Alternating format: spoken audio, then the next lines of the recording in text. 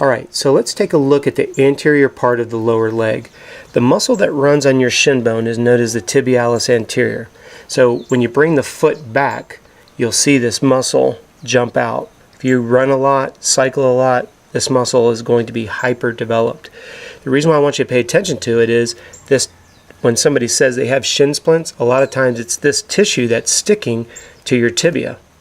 So what we want you to pay attention to is, I want you to notice how I come off of the side of the bone here. Just find that little square. Literally it goes flat and then it just curves over. This is your tibia.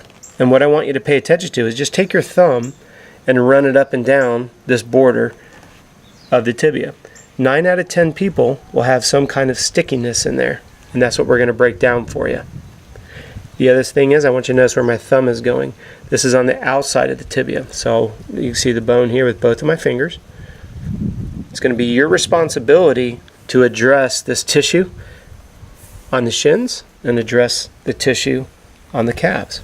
So what we're going to do is we're going to put this right at the base of the Achilles. And what I want you to pay attention to is, notice that we're right at the base of the heel. Right here is where your Achilles is at. And what we're trying to do is make sure that we bring the ball.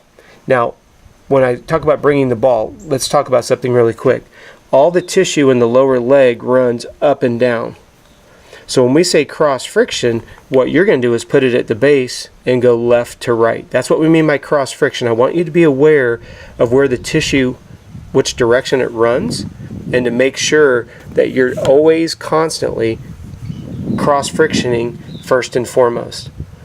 After you get that worked out, you just move up 1/4 of an inch, and what you're doing is just kind of chasing this ball all the way up the leg.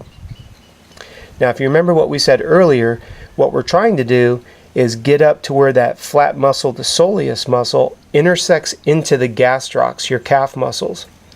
Now, for the sake of time on this video, what I'm going to do is move the ball up right into the gastrocs.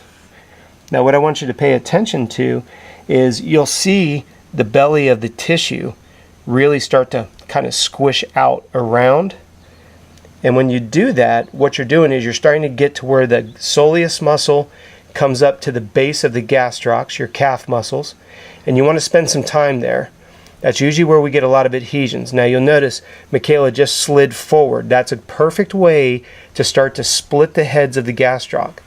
So whenever you hear me talking or referencing to splitting the gastrocs, that's exactly what we're doing. We're taking that lacrosse ball up in between the head, and what I want you to pay attention to is we do not go all the way up to the back of the knee.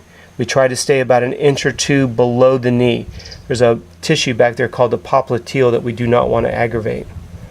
So this is what we mean by cross-frictioning the gastrocs left to right.